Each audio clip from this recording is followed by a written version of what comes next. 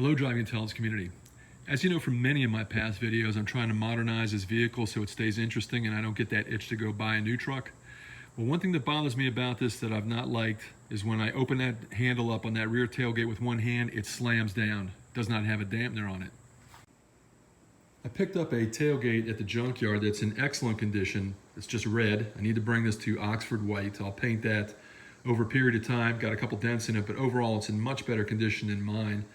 But since I'm going to do this, I'm going to take my tailgate and modify it to see if it will accept that dampener. I've got a dampener that was not designed for my truck, but I think I can make it work, and if I can make it work, so can you. Stay tuned.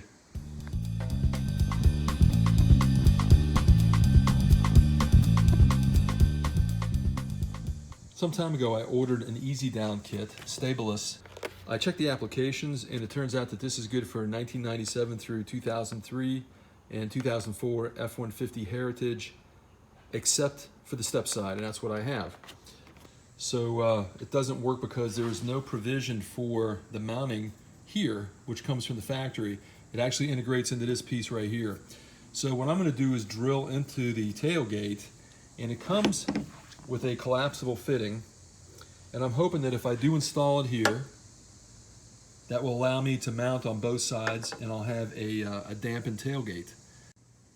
I've drilled the pilot hole. Now I need a very big bit to get in there for the type of fitting that I'm using to secure this. All right, now I've got a nice big hole in my tailgate, and this will go inside. I'll tighten it down, and that should lock that in there so I can attach the dampener, and that should give me the function that I'm looking for in this tailgate. I made a bit of a mistake when I drilled this out. For the fitting that came with the kit, I drilled this too big. So I ended up having to pull out my thread cert kit. I'll link that below just in case you need one of these.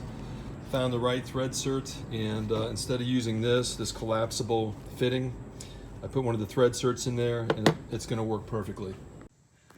This first test didn't work out right because it's too far away from the radius. I should have measured this. It needs to be within 1 inch and 3/8 of this bowl here, and so that's what that mark is. That's actually 1 1/4 inches. So I'm going to drill, put a new thread cert in there, and that should be the right distance from this in order to provide the clearance so that when I close it, I'm not going to have a problem getting this thing closed. All right, the hole's drilled. I've greased the end of this thread cert because I don't want that to rust. I want to make sure that there's plenty of grease on that just to thwart the rust. And let's insert this. Before I get to the conclusion of this project, I just want to note that only 25% of you are subscribed. So if that other 75% of you would hit that little subscribe button on the bottom right and also comment and like, that would be the greatest payment you could give me for my videos. I had to do a few test locations here. These didn't work out because of the geometry.